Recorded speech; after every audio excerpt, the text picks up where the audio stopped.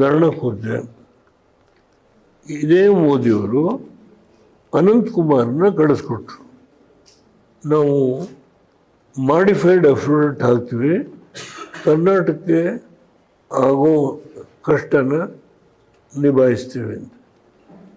ಹಾಗೇ ಮಾಡಿದರು. ಅದರಿಂದ ಸಿದ್ದರಾಮಯ್ಯವ್ರು ಬಂದ ನನಗೂ ಅವ್ರಿಗೂ ವ್ಯತ್ಯಾಸ ಇರ್ಬೋದು. ನಮ್ಮ ಮನೆಗೆ ಬಂದು ಕರೆದಾಗ ನಾನು ಇದ್ರ ಬಗ್ಗೆ ಚಕಾರ ಶಬ್ದ ಅವನು ತಕರಾರು ಮಾಡಲ್ಲ ಹೋದೆ. ನನ್ನ ಕೈಲಾದ ಸಹಕಾರ ಕೊಟ್ಟಿದ್ದಾರೆ.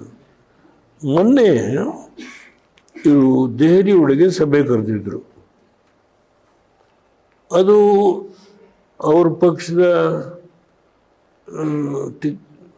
ಯಾವ ಕಾರಣಕ್ಕೆ ಮುಂದೂಡಿದ್ರೋ ಗೊತ್ತಿಲ್ಲ ನನಗೆ. ಆ ಸಭೆ ಮುಂದೂಡಿದ್ರು. ಅದರಿಂದ ಮತ್ತೆ ಇನ್ನೊಂದು ಸಭೆ ಕರೆದು ಆ ಸಭೆಯಲ್ಲಿ ನನ್ನ ಅನಿವಾರ್ಯ ಬರಬೇಕು ಅಂತ ಹೇಳಿದರೆ ನಾನು ಅದರ ಬಗ್ಗೆ ಸಹಕರಿಸ್ತೀನಿ. ಅದಕ್ಕಿಂತ ಹೆಚ್ಚು ಹೇಳೋದು. ಕುಮಾರಸ್ವಾಮಿ ಅವರು ನಿನ್ನೆ ಮತ್ತೆ 2006ರ ರೀತಿಯಲ್ಲಿ ಬಿಜೆಪಿ ಜೆಡಿಎಸ್ ಮೈತ್ರಿಯ ಸರ್ಕಾರ ತರಬೇಕು ಮತ್ತೆ ಮುಂದೆ ಅಂತ ಹೇಳಿದ್ದಾರೆ. ಮತ್ತೆ ಅದನ್ನು ಹೇಳಿದ್ರೆ ಇಷ್ಟು ಕ್ಲಿಯರ್ ಆಗಿ ಹೇಳಿದರೆ ಅಸೆಂಬ್ಲಿ ಮತ್ತು ಪಾರ್ಲಿಮೆಂಟ್ಗೆ ನಮ್ಮದು ಹೊಂದಾಣಿಕೆ ಅಂತ ಹೇಳಿದ್ದೀನಿ. ಲೋಕಲ್ ಬಾಡೀಸು ನಾವು ಹೋರಾಟ ಮಾಡ್ಕೋತೀವಿ ಅಂತ ಹೇಳಿ. Why do you unnecessarily waste your time? ಆಮೇಲೆ ಕೊನೆಯದಾಗಿ ಸಿದ್ದರಾಮಯ್ಯರು 23ಕ್ಕೆ ಹಾಸನದ ಸಭೆ ಮಾಡ್ತೀನಿ ಅಂತ ಹೇಳಿದರೆ, ಹೌದು, ಆ ಸಭೆನ ನಾವು ನಮ್ಮ ಶಕ್ತಿ ಎಷ್ಟಿದೆಯೋ ಗೊತ್ತಿಲ್ಲ ನನಗೆ. ನಮ್ಮ ಜಿಲ್ಲೆಯ ಜನ ಅಥವಾ ನಮ್ಮ ಸ್ನೇಹಿತರುಗಳು ಎಷ್ಟು ಮಟ್ಟಿಗೆ ಸಹಕರಿಸ್ತಾರೆ ಅನ್ನೋದ್ರ ಬಗ್ಗೆ ಸಭೆ ಆದಮೇಲೆ ಹೇಳ್ತೀನಿ. ಅವತ್ತು 1,00,000 ಜನ ಸೇರಿದ್ರು ಅಂತ ಅವ್ರು ಹೇಳ್ತಾರೆ. ಇನ್ನೊಂದು ಸಭೆ ಮಾಡಿದ್ದು 50,000-60,000 ಜನ ನಮ್ಮ ಬೈರೇಗೌಡರ ಮಗ ಕೃಷ್ಣ ಬೈರೇಗೌಡರು ಮಾಡಿದ್ರು. ರಾಜಣ್ಣ ಇದ್ದಾಗ ಒಂದು ಸಭೆ ಮಾಡಿದ್ರು. ಕೃಷ್ಣ ಬೈರೇಗೌಡರು ಒಂದು ಸಭೆ ಮಾಡಿದ್ದಾರೆ. ಈಗ ಮೊದಲನೇ ಸಭೆ ನಾವಲ್ಲಿ ಮಾಡ್ತಾಯಿದ್ದೀವಿ. ಇಲ್ಲಿ 18ನೇ ತಾರೀಕು ನಮ್ಮ ರಮೇಶ್ ಬಾಬು ಅವರ ರಮೇಶ್ ಗೌಡನ ಅವರ ನೇತೃತ್ವದಲ್ಲಿ ಸಭೆ ಮಾಡ್ತೀವಿ. ಎಷ್ಟು ಜನ ಸೇರಿಸ್ತಾರೆ ನೋಡೋಣ. ಇಲ್ಲ ಶರವಣ ಅಂತೂ ಹಣಕಾಸಿನ ಶಕ್ತಿ ಕೊಡ್ಬೋದು, ಜನ ಸೇರಿಸ್ತಾರೆ ಏನು ಮಾಡ್ತಾರೆ ಗೊತ್ತಿಲ್ಲ ನನಗೆ. ಅದರಿಂದ 18ನೇ ತಾರೀಕು ಇಲ್ಲೊಂದು ಸಭೆ ಮಾಡ್ತೀವಿ. 18ನೇ ತಾರೀಕು ಬೆಂಗಳೂರಿನಲ್ಲಿ ಒಂದು ಕಾರ್ಯಕರ್ತರ ಸಭೆ ಮಾಡ್ತೇವೆ.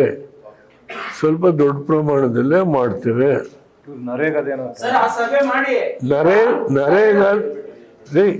ನರೇಗಾದ್ದು ಮೊನ್ನೆ ನಾನು ಕ್ಲಿಯರ್ ಕಟ್ ಹೇಳಿದ್ದೇನೆ. ಅದ್ರ ಬಗ್ಗೆ ಮತ್ತೆ ಮರು ಪ್ರಸ್ತಾಪ ಬೇಡ. ಕ್ಲಿಯರ್ ಕಟ್ ಹೇಳಿದ್ದೇನೆ. ಯಾವ ಭಯ ಇಲ್ಲ ನನಗೆ. ಇಂದಿರಾ ಗಾಂಧಿ, ರಾಜೀವ್ ಗಾಂಧಿ, ಅಲ್ಲಿಂದ ತದನಂತರ ಮಹಾತ್ಮ ಗಾಂಧಿಯ ಫೋಟೋನ ಯಾವ ಚುನಾವಣೆಯಲ್ಲಿ ಅವರು ಹಾಕೊಂಡು ಎಲೆಕ್ಷನ್ ಕ್ಯಾಂಪೇನ್ ಮಾಡಿದ್ದಾರೆ ಅಂತ ಹೇಳಿ ಯಾವುದಾದ್ರೂ ಹಳೆ ಪೋಸ್ಟ್ಗಳಿದ್ರೆ ತಂದು ತೋರಿಸಿದ್ರೆ ನೀವು ನಾನು ನನ್ನ ಮಾತು ವಾಪಸ್ ತಗೋತೀನಿ. ಮಹಾರಾಷ್ಟ್ರ ತರದ ಕೇರಳದಲ್ಲಿ ದೊಡ್ಡ ಮಟ್ಟದ ಸಂಘಟನೆ ಇದೆ. ಈ ಬಾರಿ ಚುನಾವಣೆಯಲ್ಲಿ ಯಾರ ಜೊತೆ ಇರ್ತೀರಿ ಸರ್? ಕೇರಳದಲ್ಲಿ ಎಲ್ಡಿಎಫ್ ಜೊತೆಗೆ ಇರ್ತೀರಾ ಸರ್? ಕೇರಳದಲ್ಲಿ ದೊಡ್ಡ ಶಕ್ತಿ ಇದೆ, ನಿಮಗೆ ಮಂತ್ರಿಗಳಾಗಿದ್ದೀರಿ ಅಲ್ಲಿ. ಕೇರಳದಲ್ಲಿ ಹೇಗೆ ನಿಮ್ಮ ಸ್ಟ್ಯಾಂಡ್ ಅಂತ ಸರ್? ಕೇಂದ್ರದಲ್ಲಿ ನಮ್ಮ ಸ್ಟ್ಯಾಂಡ್ ಏನು, ಕೇರಳದಲ್ಲಿ ನಮ್ಮ ಸ್ಟ್ಯಾಂಡ್ ಏನು? LDF ಜೊತೆಲ ಇಂಡಿವಿಜುವಲ್. ಕೇರಳದಲ್ಲಿ ನಮ್ಮ ಪಕ್ಷ ಏನಿತ್ತು ನಮ್ಮ ಪಕ್ಷದವರೇ ಮಂತ್ರಿ ಇದ್ರು. Yes sir. ಅವರು ಯಾವಾಗ ನಾವು NDA ಜೊತೆ ಸೇರಿದ್ವಿ ಅವರು ಬಂದರು, ನಮ್ಮ ಮನೆಯಲ್ಲಿ ಬ್ರೇಕ್ಫಾಸ್ಟ್ ಮಾಡಿದರು. ಸರ್ ನಮಗೊಂದು ಲೆಟ್ರ್ ಕೊಡಿ ಸರ್, ನೀವು NDA ಜೊತೆ ಸೇರಿರೋದ್ರಿಂದ ನಮ್ಮ ಪಕ್ಷ ನಾವು ಇಂಡಿವಿಜುವಲ್ ಆಗಿ ನಾವು ಎಡಪಂಥೀಯ ಪಕ್ಷದ ಜೊತೆ ಸೇರಿ ಹೋರಾಟ ಮಾಡಲಿಕ್ಕೆ ನಿಮ್ಮದೇನು ನಮ್ಮ ತಕರಾರಿಲ್ಲ ಅಂತೇಳಿ ಒಂದು ಲೆಟ್ರ್ ಕೊಡಿ ಅಂತ ಕೇಳಿದರು. ನಾನು ಆ ಲೆಟ್ರನ್ನ ಅವರಿಗೆ ಕೊಟ್ಟಿದ್ದೇನೆ. ಅವರು ಎಡಪಂಥೀಯ ಪಕ್ಷದವ್ರ ಜೊತೆ ಸೇರಿನೇ ಹೋರಾಟ ಮಾಡ್ತಾರೆ.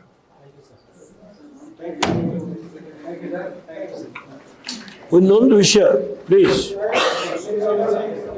ನಾವು ಮುಗುದಿಲ್ಲ ಸರ್. ಒಂದು ನಿಮಿಷ ಸಮಾಧಾನ ಇದ್ರೆ ಈಗ ಕೇರಳದಲ್ಲಿ ಲೋಕಲ್ ಬಾಡಿ ಎಲೆಕ್ಷನ್ ಅಲ್ಲಿ 50 ಸೀಟ್ ಗೆದ್ದಿದ್ದಾರೆ JDS ಸಿಂಪಲ್ ಅಲ್ಲೇ.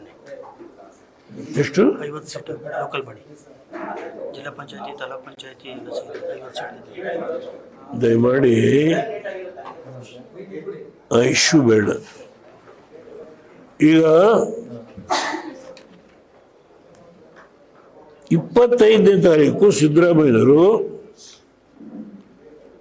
ಮೈಸೂರಿನಲ್ಲಿ ಅಹಿಂದ ಮಾಡ್ತಾ ಇದ್ದಾರೆ. ಅವರ ಪಾರ್ಟಿ ಅಧ್ಯಕ್ಷರು ಅದ್ರ ಬಗ್ಗೆ ಒಂದು ಹೇಳಿಕೆ ಕೊಟ್ಟಿದ್ದಾರೆ, ಎರಡೂ ನೋಡಿದೆ.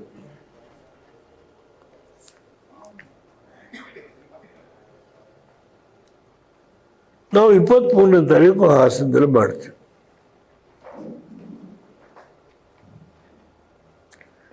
ಅಹಿಂದ ಅದು ವ್ಯಾಖ್ಯಾನ ನನಗೆ ಸ್ವಲ್ಪ ತಡವರಿಸ್ತೀನಿ, ಎಕ್ಸ್ಪ್ಲೈನ್ ಮಾಡೋದು ಕಷ್ಟ.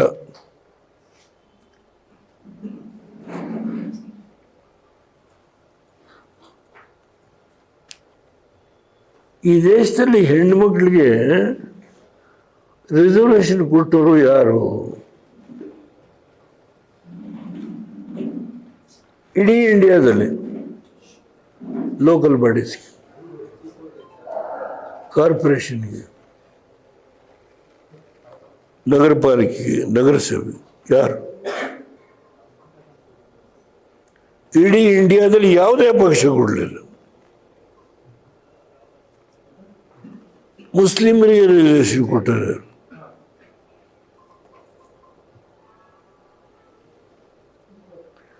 ಆರು ರೆಸಿಡೆನ್ಷಿಯಲ್ ಸ್ಕೂಲ್ ಕೊಟ್ಟೆ ನಾನು. ಏನದು? ನಾನು ಬಿಟ್ಟು ಹೋದ್ಮೇಲೆ ಸಿದ್ದರಾಮಯ್ಯನವರು deputy CM finance, excise, Jayesh Patel ಮುಖ್ಯಮಂತ್ರಿ, ಆಮೇಲೆ Krishna. What happened to those residential schools?